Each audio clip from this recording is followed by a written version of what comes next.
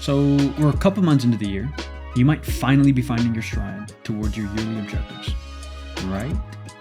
While New Year's resolutions are one way to go about change, this book, the 12-week year, proposes a better one.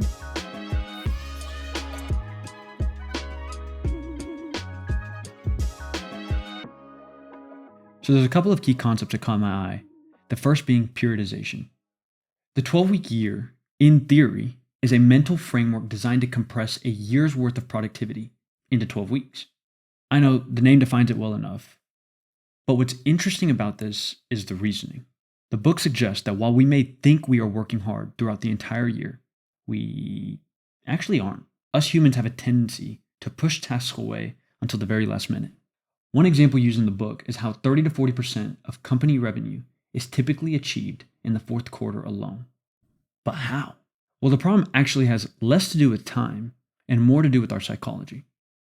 When we set yearly objectives, we typically work with a false sense of security for around 75% of the year, believing we have plenty of time, only to kick things into overdrive in the final stretch. So periodization, in essence, challenges annualized thinking by compressing a year's worth of productivity into 12 weeks. All right, so now that we understand what the 12-week year really means, let's talk about the deeper philosophy behind actually using it. The basic premise highlighted throughout the entire book is that execution is greater than planning. Without action, nothing happens. And so the main principle that I adopted after reading the 12-week year is the concept of urgency. When we set our goals and objectives, the urgency surrounding the goal determines whether our productivity is kicked into overdrive or not. And I mean, if we think about this in practice, it makes sense. We typically won't do something if we have plenty of time between now and its due date. There's a reason why students cram. There's a reason why we, as adults, still procrastinate. It's because we're efficient or lazy. The point is, the brain prioritizes urgency over importance more often than not. Now, we can either sit and complain about its nature, or we can work in alignment with it. So if we take a quick look at the math, the author breaks down the process of redefining your year into 3 different terms. 1 year's worth of productivity is compressed into 12 weeks. 1 month's worth of productivity is compressed into 1 week.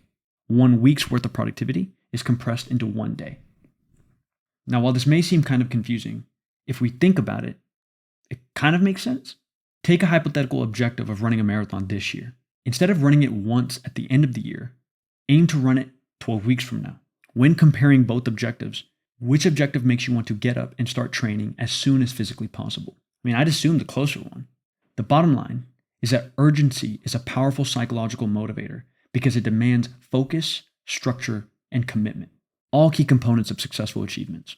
So, with all that being said, let's end this out by running through the 5 key disciplines that are discussed within the book, which I'm assuming are the principles that the author used to create the 12-week year mental model.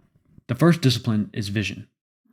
Our amygdala is the center of our brain's fear response. A compelling vision typically engages the brain's prefrontal cortex, which, as a byproduct, counteracts the amygdala's response, which ultimately allows for better productivity.